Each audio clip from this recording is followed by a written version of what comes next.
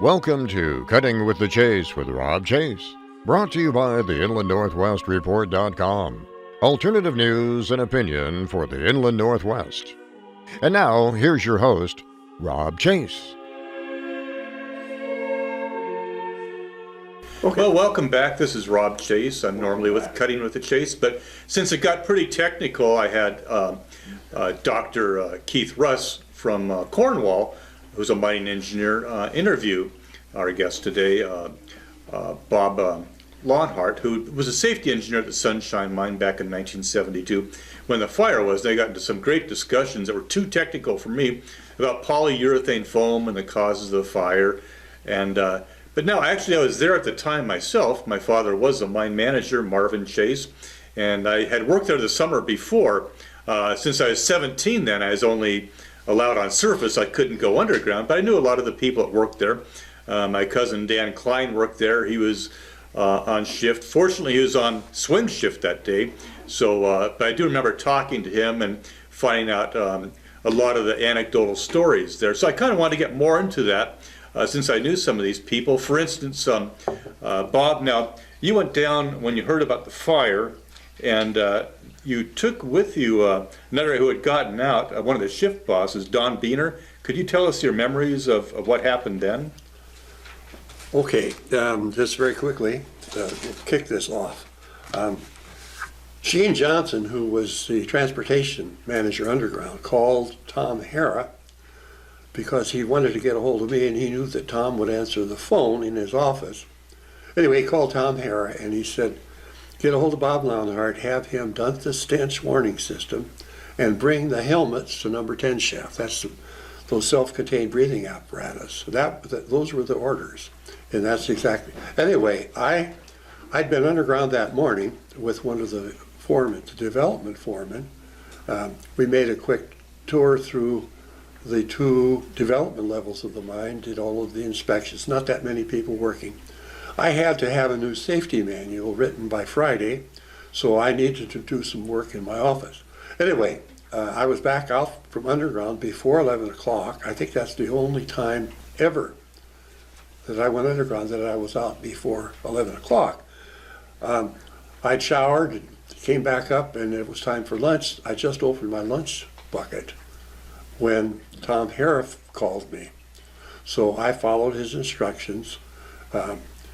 The yard supervisor, he was out in the yard. I asked him to get the mine rescue apparatus, take those 10 McKay apparatus into the mine and get them underground, and then I'll go down and deliver them to Gene Johnson at number 10 shaft.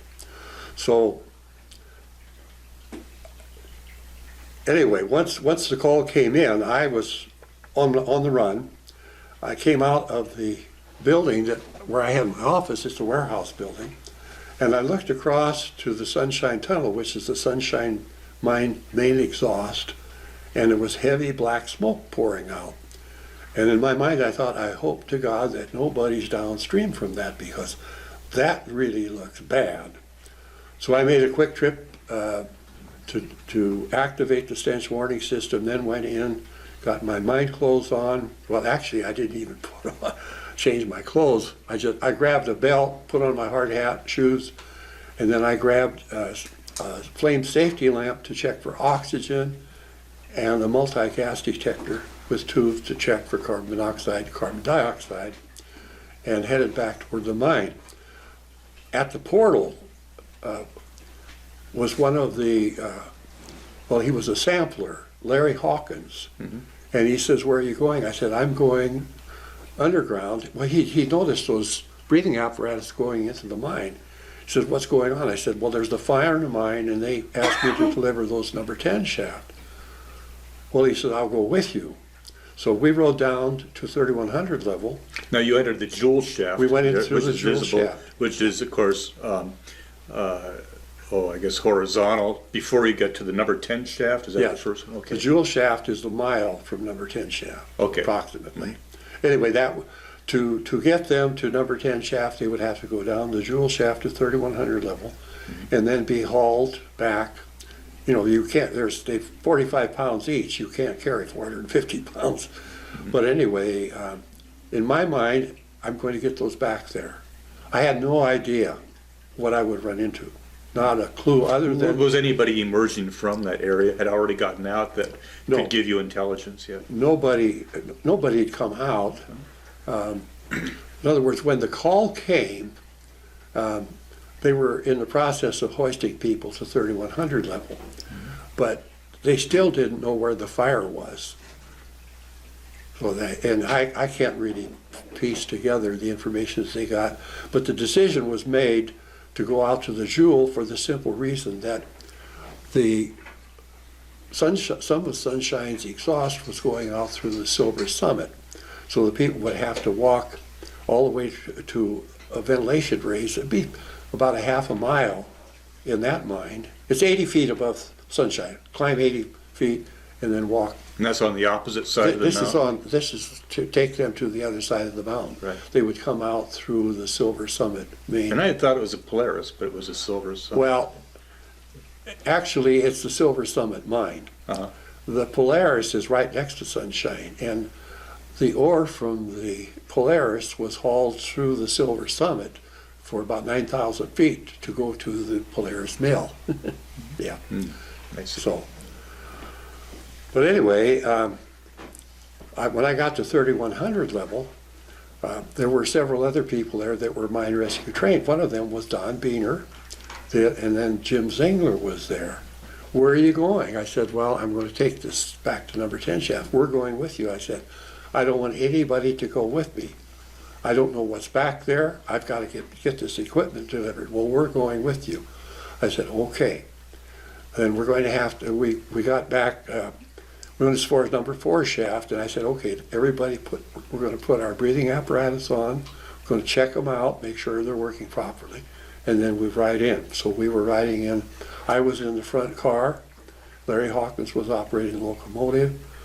Don Beehner and Jim Zingler, one was riding on a timber truck behind the locomotive, that is on the jewel shaft side. The other one was riding on the back of the locomotive.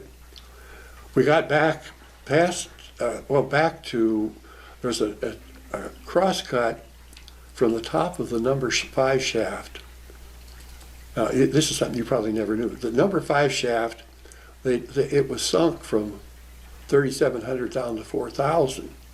But they brought it up to 3,550 to have overrun space for the conveyance. But the plan was to put a shaft all the way through to 3,100. So the pilot raise was there all the way to 31.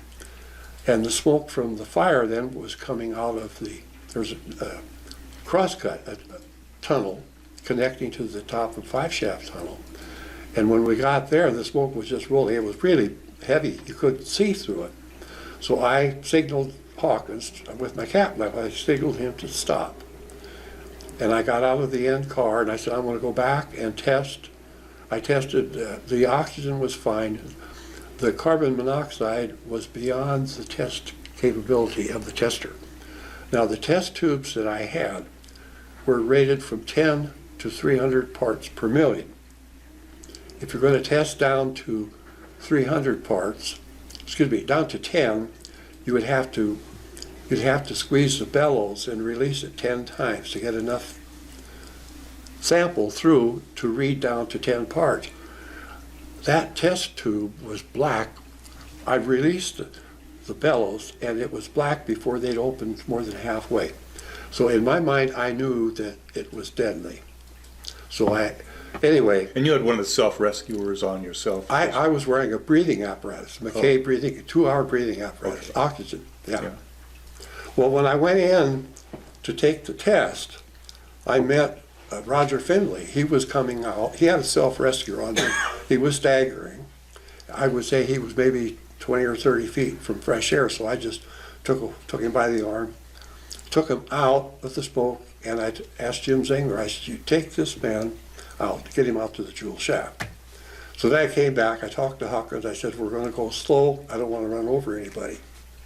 We went another maybe 800 or 1,000 feet, and I saw someone staggering ahead of me, collapsing. I signaled the train to stop. It was Byron Schultz, and he had been caging and otherwise working a 10 shaft. Well, Larry hopped off the locomotive, and we said, okay, we'll take one of these breathing apparatus, we'll prep it, clear it, blow the smoke and stuff out of the face piece, and then one of us will take the self-rescuer out of his mouth, the other one will put the face mask on. Well, when we took the self-rescuer, I put the face mask on him, started tightening the head straps. Well, now he can talk. They're all dead back there, he told us. And that's Byron that said that. Byron said that. Well, at about that time, we got him all set up, and Larry said, I got to get out of here. I said, what's wrong? He said, I can't get enough. He said, my machine isn't feeding me enough oxygen. He said, I got to get out. So he started walking. He just took off. I said, well, I'll catch up with you. So I helped Byron Schultz onto the timber truck ahead of the locomotive. That's the only place I could put him. Well, in the meantime, while we were getting that apparatus on him, Don Beehner walked up, and he took his face mask off, and he held it out. He said, here, this is oxygen, and he collapsed. Quick? He had been in smoke from the time that the fire started.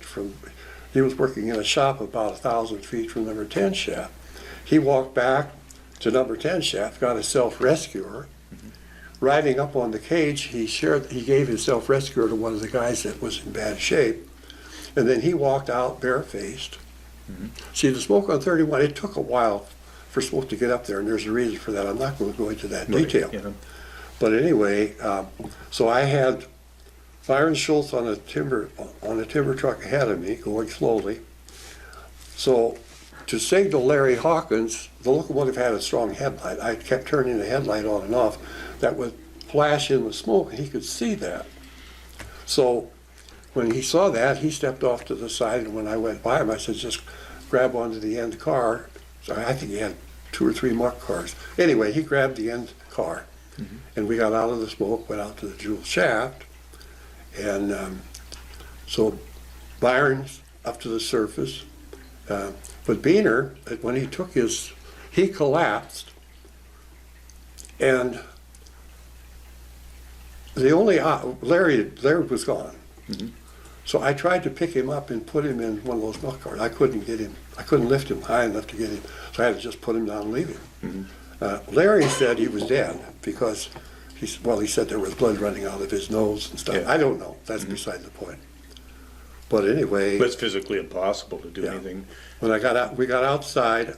By that time, Central Mine Rescue was there, so I said, I need another breathing apparatus. I've got to go back to 3,700 level and back toward 10 shaft and find out if the conditions back there are as bad as 31. So there were 2 or 3 other people that volunteered to go with me. George Clapp was one, but I can't tell you the names right now. Anyway, when we got back to 5 shaft, I could see that thick black smoke coming up the shaft, and I tested it. It was every bit as bad. So I said, well, we'll go back out. By the way, when I was outside, but when I got that apparatus, a new breathing apparatus on, Jim Bush saw me, and he says, you got to go back and get I had to leave my brother Bob back past 5 shaft. He said, but he said, I just couldn't get him out. He said, well, please get him out. Well, I decided, there's no point. Let's go back out. Excuse me. They're in that smoke. They can't be. They have to be gone. Right. So I came out and reported what I observed. Well, by that time, the Bunker Hill hotshot team was there. And Harry Coffer and Johnny, let's see, I can't say the names right now. I have a hard time recalling names. Oh yeah. But anyway, there were. But Jim Bush. John Connell. Yeah. Jim Bush was out. Even Bob it seemed like he wanted to go back for his brother, but he just impossible. Harry and they were the hotshot crew at Bunker Hill. They had a lot. They're pretty quick then. Well, this was. I'm going to say it an hour and a half or 2 hours after the fire started. About 11:30. Anyway, so it's up to. I went in with them to recover Bob. Well, there were 5 bodies that we brought out, and then about that time, testing at the Jewel shaft on 37, we were picking up some carbon monoxide. So I said, okay, everybody out of the mine, and we've got to put people back in the shaft to seal, find out where it's seeping in and seal it off. So that was it for the first part of the fire. Mm-hmm. So I made 3 trips in, and I was tired. Oh yeah. Mm-hmm. I guess you just go an automatic pilot. You're not really Yeah. thinking. You're just reacting Well, to every. to illustrate, Marvin Chase was there by that time, and he wanted me to lead a team in through the Silver Summit. Mm-hmm. And I just told him, I said, I can't do it. I've got to get somebody else. You know. Yeah. Now, I'd heard one guy, he thought the exit to Silver Summit was on the 3,700 level, but yet it was actually on the 3,100 level. So they headed for that, but it was the wrong place to exit. The Silver Summit 3,000 level was 80 feet above the Sunshine 3,100 level. Mm-hmm. And those measurements are all relative to the surface elevation of the main entrance. So to escape through the Silver Summit, now we never connected on 37. Mm-hmm. I wanted to, but Harry Cosma says never.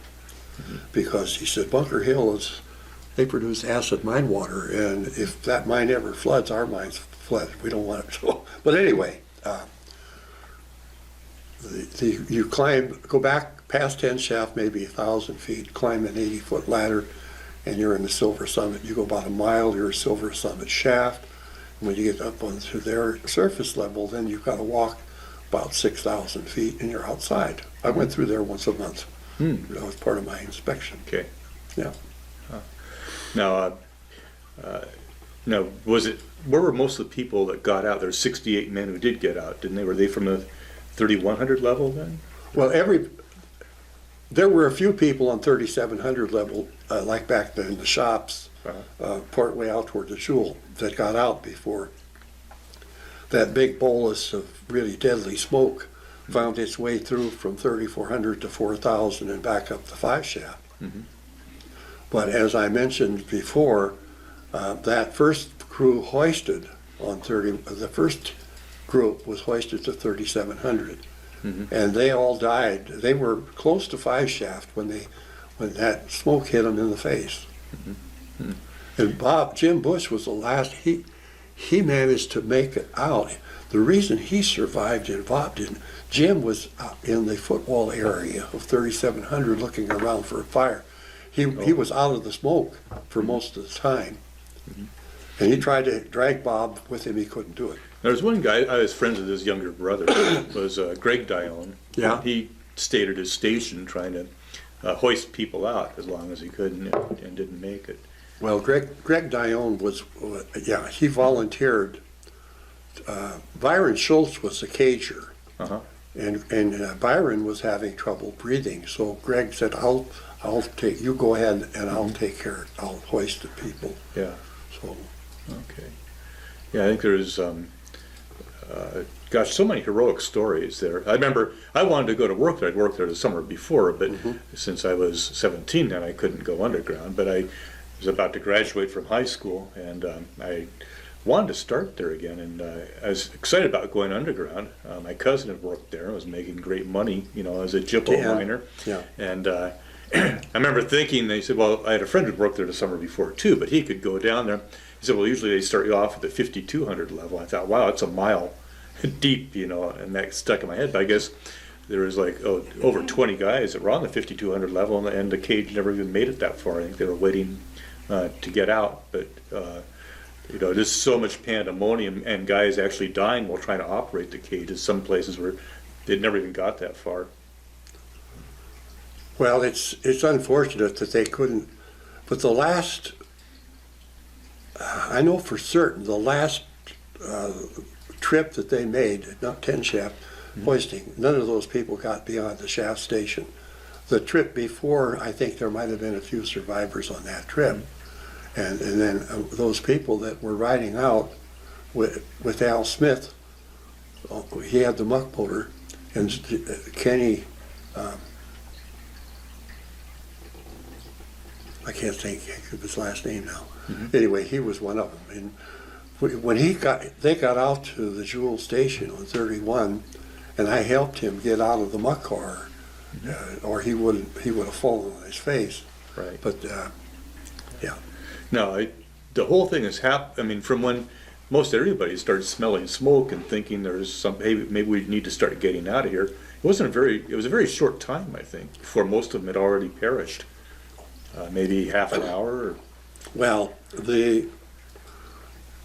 when the fire started, the bulkhead was still in place on 3400, but there was 3,000 cubic feet a minute leaking through that. Bureau of Mines had done a ventilation follow-up survey there just 2 weeks before the fire, and that's what they calculated. So that little bit of 3,000 cubic feet managed to work its way down to 3,700 through the 910 raise series. So that's where the first smoke came from, that the electricity smelled. Well, I was never down there, but I've always tried to visualize it. Yeah. You had maybe an abandoned tunnel there that they were throwing all the old timbers and other, it was like a junk pit, wasn't it? That they pushed everything in there and then they sealed it off with the polyurethane foam. No, this seal, on the polyurethane foam seal is on 3,400 level. Okay. And what was the Bureau of Mines theory that it was spontaneous combustion of waste material that was sealed behind those bulkheads. Well, those were closed in 1962. Yeah. And the fires 10 years later, there was a Bureau of Mines expert. Matter of fact, he was one of the authors of the National Fire Prevention Code, Dr. Bernard Lewis. And he'd worked for the Bureau of Mines. He told that we had a public meeting in Coeur d'Alene in May of 73. Yeah. James Dave shared the meeting, and he said that if there were anything behind those bulkheads when they were sealed off that would spontaneously heat, the fire would have occurred within a week of the time that they were sealed off. But that's neither here nor there. But he said if you had to have spontaneous heating in waste paper and rags, you'd have to have a ball about 14 feet in diameter, and in order to get enough core temperature, considering the ambient rock temperature there was 87 degrees. So that was thrown out. Yeah. Well, there's other theories. That wasn't. Didn't someone do some welding back there? Well, the welding was done on the cutting. That there was a team or a crew that went up to 3,400 downstream from the bulkhead where the polyurethane was located, about, I'm going to say 100, 125 feet, maybe 150 feet, repairing rock burst damage where the rock had blown in. The cross-section of the drift was too small, so they had already drilled and blasted to make it big enough to carry the volume that's going through it, and then they rock bolted with new, but the old bolts were sticking out of the rock some places 3 or 4 feet, so now we got to cut them off so people don't walk into them. There's no traffic up there, but it's just, so that's what went on. Well, the spontaneous combustion thing seems so improbable, since, I mean, my cousin said he would be dripping wet, but it'd be standing water in his boots, by the time he got out of there. So well, the relative humidity in a mine like that's 100%. It's saturated. Yeah. Well, humidity and the fact that it can get up well over 100 degrees when you're trying to work there and work hard, of course, to make money too, is something a lot of people don't really realize about those mines. The deeper you go, how deep did Sunshine go? Was it? Well, the bottom of 10 shaft is 6,020 feet below surface elevation.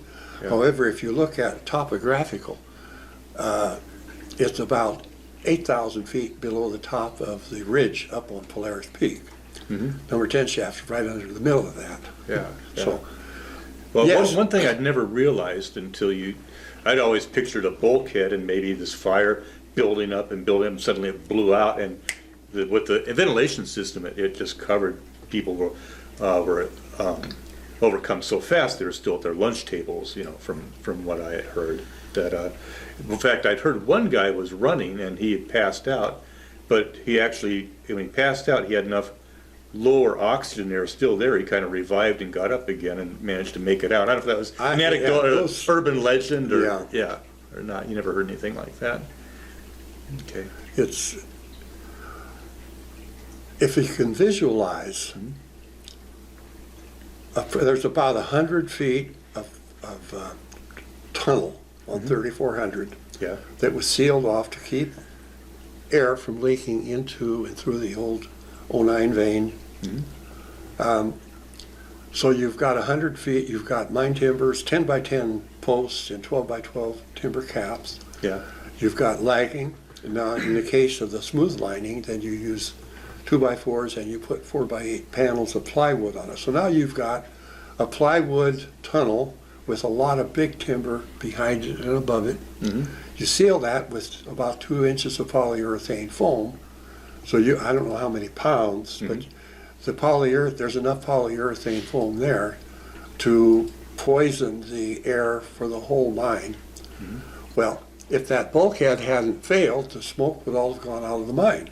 Yeah. But when that bulkhead collapsed, and by the way, the pressure from those fans is such that if we had 14 inches of water gauge in this room and you had a door half the size of one of those, it would take a couple people to open it. Oh, yeah. I mean,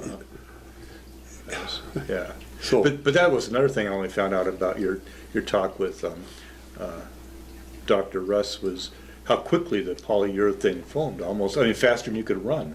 well, the test that we did in England, we built a structure, a replica of what we had in the Sunshine Mine. And from the time of initial ignition, about 2 minutes, every bit of the polyurethane foam was gone. So it doesn't take the flame spread, it can be up to 100 feet a minute. Well, if there had been no polyurethane foam with the survivor If there rate was, a bit higher. if there had been no polyurethane foam there, we wouldn't have had any fatalities. Okay. The carbon monoxide level would have been so low. And that's something else. I mean, I'd heard about the cyanide gas that came out of the polyurethane foam, but I didn't realize it put out 10 times the amount of carbon monoxide. The carbon monoxide, we know the carbon, it took this, the Swedes discovered that, and it's in one of my reports, but it wasn't too many years ago. Here's the thing, you can visualize this. Think in terms of an apartment building or a hotel. You have a fire and you've got mattresses that are made of polyurethane. So you've got high levels of carbon monoxide and hydrogen cyanide. Anyway, we'll just say an apartment fire. Yeah. And they recover bodies. They weren't burned, they just died of poisoning. And it's some, young, good, fairly young, strong people. And the carboxyhemoglobin, the amount of carbon monoxide in their blood, isn't high enough they should have been able to get out. Why didn't they escape? Well, the Swedes found out it's because the hydrogen cyanide, you're paralyzed, you can't move. Oh, you're in there, So okay. That's the whole thing. So then you have, say, someone goes out and gets drunk and goes back home and has to have one more cigarette before they go to sleep, and it falls out of their mouth and it burns into their mattress, and the polyurethane starts to burn, and they wake up, it's burning the daylight out of them and they can't move. Okay. Now, the mining industry is still not really, they quit using it, but there's probably still a lot of old tunnels and stuff that they used to, the same as Sunshine did. Well, mines are still putting polyurethane. Still They're still using using it. Okay. Yeah. And it's the But it's same chemical. small-scale applications. Right, okay. We hope. But even so, I mean, when they were using it like Sunshine did, there's probably still tunnels that were all the way around, no? That's inviting quick death. Yeah, but I mean, they know that now, but has it Yeah, all been that's what we removed, do you know now. think, by now, or? But there's a lot of mine operators that don't know that or don't Yeah. believe it. Uh-huh. Yeah, so I mean, this is good to be talked about, I guess, so there is that awareness if they don't know about that, or maybe someone hasn't kept up with their manuals and they decide to buy some, because it seems like it didn't become common knowledge, and I think, like you say, some people were culpable in that, keeping it down. It was Well, there's sort of a scandal. there's a lesson that needs to be taught. I want to talk about something here Yeah. for a minute or two. Uh-huh. any one of us here probably knows somebody who was a fire chief 30, 40, 50 years ago. Those people would go into a fire barefaced. Right. It's only when things got really bad that they started wearing these little air packs. But talk to firemen that have been in the business, and they'll tell you now, you go into a fire without protection and you're going to die, because there are so many man-made materials, but polyurethane is one of them. Well, they used to say better living through chemistry. Well, They don't but really- anyway, back to the Swede experiment, those things were generated because they couldn't understand why more people didn't escape from, whether it's residential fire or whether it's a big hotel or an apartment building. But the reality is that there was a study put out, and I've got a copy of it, maybe 15 years ago. They studied fires with fatalities over a period of 30 years, and there were like multiple thousand, like maybe 30 or 40,000 people that died in residential, or in basically people where they sleep. And it's with the introduction of foam and all kinds of plastic. You've got plastic pipe, you've got vinyl carpet, you've got where you've got man-made materials. You've got substances, materials that put out a lot more deadly smoke than what you get when you burn wood or coal. Yeah. No, it makes a lot of sense. The firemen So- today, and when you're just, wood's natural, it grows on trees and all that. But I think over even the decades, the several decades, there's been probably many multiples of plastic formulas that have come up, and putting, you're looking at the end product, the pipe or whatever it's used for, or mattresses, but there's probably like they're hazards, I think, that most people don't even really know about. In fact, I think, didn't they use a lot of polyurethane foam in the airline industry because it's lightweight? It's a high-density polyurethane, the aircraft interiors, or high-density polyurethane. The seat cushions are just like your bed mattress. And people that know the insides on the airline hazards will tell you that those seat cushions kill a lot more people than the high density. The high density stuff doesn't burn as fast. Right, So, that makes sense. yeah. Well, let's talk a little bit about the two men that were rescued. I remember that very well. It was kind of like it was almost absolutely no hope. We kept hearing the body counts and everything, and then suddenly they came up with a device that they lowered through an air shaft to see if anybody is still down there. You want to talk about that? Well, it came from an Atomic Energy Commission project somewhere down in Nevada. It was I think about 30 inches diameter, where one or two people could lower them through bored holes. Well, a pilot opening was just finished between 4,800 and 3,700. And this, by the way, the 3,700 number 12 shaft is maybe 800 feet from the jewel. It's not that far back. Yeah.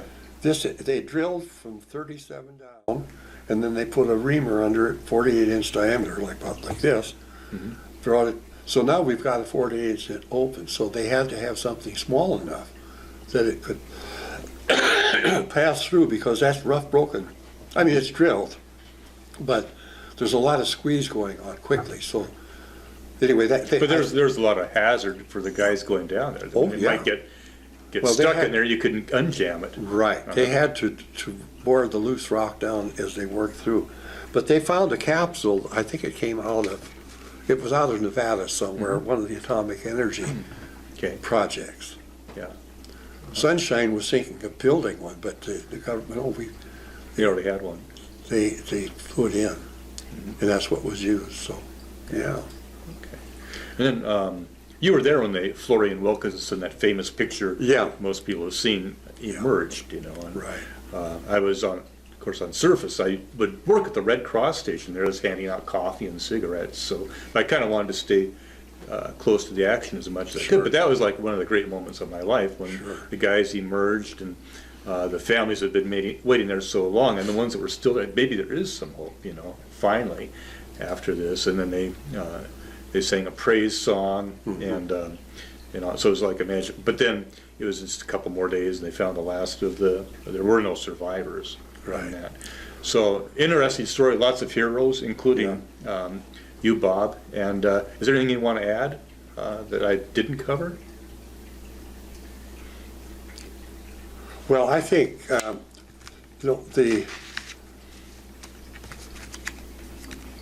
credit to some of the people from the National Guard in the Valley. Crowd control was a big problem initially. Right. Sunshine, of course, they'd open up the warehouse and other places for people to sleep, and Red Cross was in there. All kinds of restaurants were donating food, but the news media, they were trying to infiltrate and get juicy bits of information they could put on the evening news. But what blew my mind, it just happened that on the day of the fire, Ralph Nader I remember that. was in Spokane with some of Nader's raiders, and he immediately dispatched two of them to Sunshine. One of them became the administrator for Mine Safety and Health Administration. And the name, I could give it to you later. But Rachel Scott was a freelance writer who wrote for the New Republic magazine. That might give you a little idea of the slant. And she came with this, and Marvin gave them an office in the main office building with a telephone. And then he kind of put them under my jurisdiction, just keep them out of the way. So I had to take them out and buy lunch for them and stuff like that. Yeah. But anyway, Ralph Nader was there on May 2nd, and it was probably May 3rd. It could have been the 4th.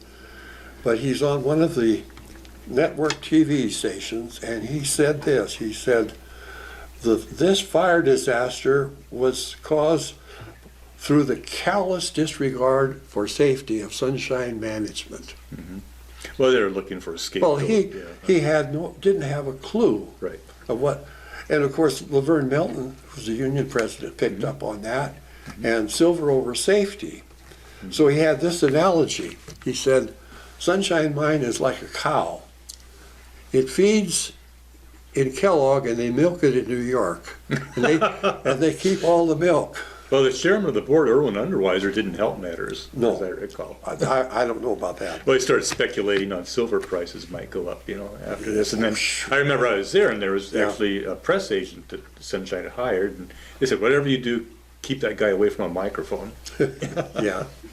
So it has been enjoyable talking to you, Bob, Yeah. and after all these years to see you again, and a lot of the, the stories of people there, and hopefully it brings comfort to a lot of people that remember that time to know what actually went on behind the scenes, because I don't think that it was very covered very well, a lot of the stories. Now, Greg Olson wrote an excellent book, The Deep Dark, if anybody else wants to read about that, and it talks about Don Beehner and you, and Gene Johnson's wife, and a lot of people that were in that, and I thought after it came out, I was always kind of haunted by this. But after that book came out, I kind of had a feeling of peace again. I really didn't think about it as much as I had before. So, also talking to Dr. Keith Russ earlier, about this should be, I think, a video that hopefully they can show at mine safety offices. The steelworkers might share it too, and anybody else who would get anything out of this, and the whole industry of polyurethane foam and the dangers of that. So anyway, this has been Cut to the Chase, and thank you for watching. This has been Cutting to the Chase with Rob Chase, where we cover anything under the sun that would be of interest to you, our viewers. Cutting to the Chase has been brought to you by the Inland Northwest Report.com, alternative news and opinion for the Inland Northwest. Don't forget to catch our Sunday edition of Cutting to the Chase, where Rob will interview local pastors on Christian perspectives. Until next time, stay in prayer for God, family, and country.